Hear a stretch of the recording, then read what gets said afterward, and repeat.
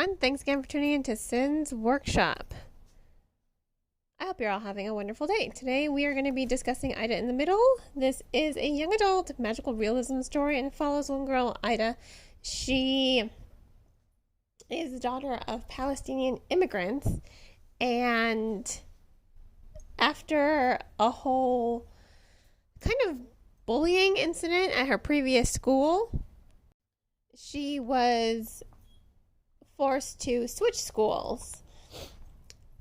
Now, what I think is really great about this novel is, there's a whole lot of information that's going on, and there's the situation in Palestine is just, it's horrific, to be perfectly honest. That's my stance on it, and that's as much as I'm willing to give right now. But it is horrific. And I think this is one of those great novels that welcomes discussions, and it opens the room for really talking about the situation and really talking about all the people that are affected in the situation. Ida feels very out of place.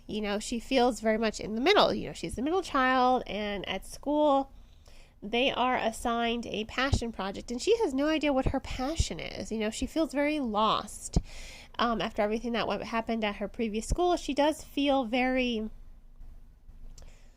lost. She doesn't really know what her passion is. Unlike her family, she looks at her family, they all have these passions.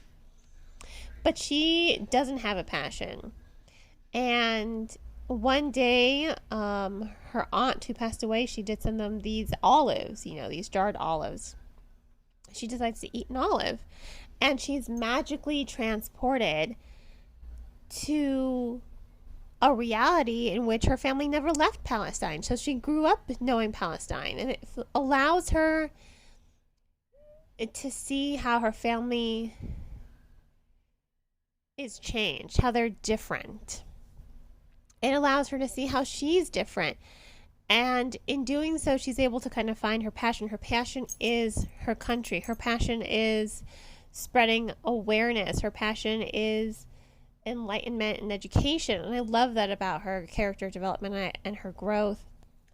And again, it really does open up a lot of room for discussion. It opens up a lot of areas where you're seeing this girl. She's living through the situation in Palestine. She's living through it. She's seeing it. And now the book is not explicit, and the book does shy away from most of the horrors, but you're getting a real sense of what the situation is like in Palestine, and that's the part that kind of breaks your heart as a reader. But I love that because it is educational.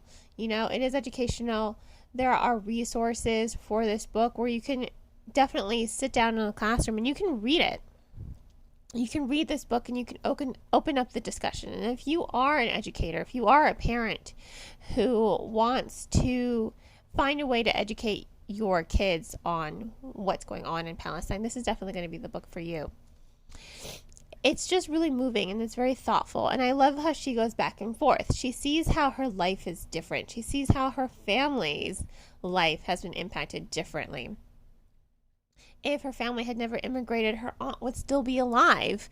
If her family had never immigrated, though, her family wouldn't have the same opportunities that they have in the U.S. Her mother has a great job. Her sister is in dance classes.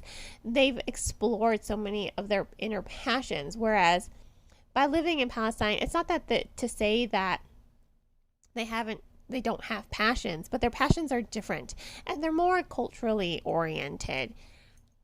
And there's a stronger sense of family when they're living in Palestine. So Ida doesn't feel as lost. She's really finding how she fits in her family, and she's finding and seeing, just because the situation is different in the US doesn't mean she doesn't fit in with her family.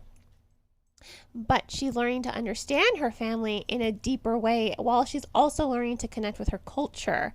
And I think a lot of kids who are children of immigrants, they there is kind of this disconnect between them and their culture. You know, I speak from experience. I'm a Mexican American girl. My family's 100% Mexican.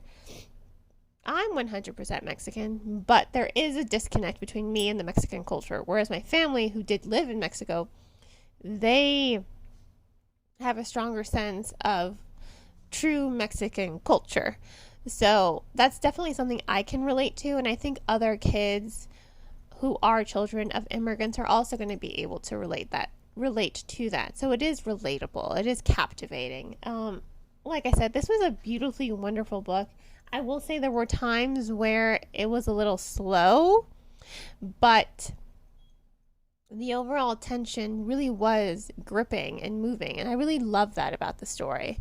So highly recommend this book. I can't express that enough. I really do think if you are an educator, if you're a parent, this is definitely going to be the book for you, because it opens up the room for discussion.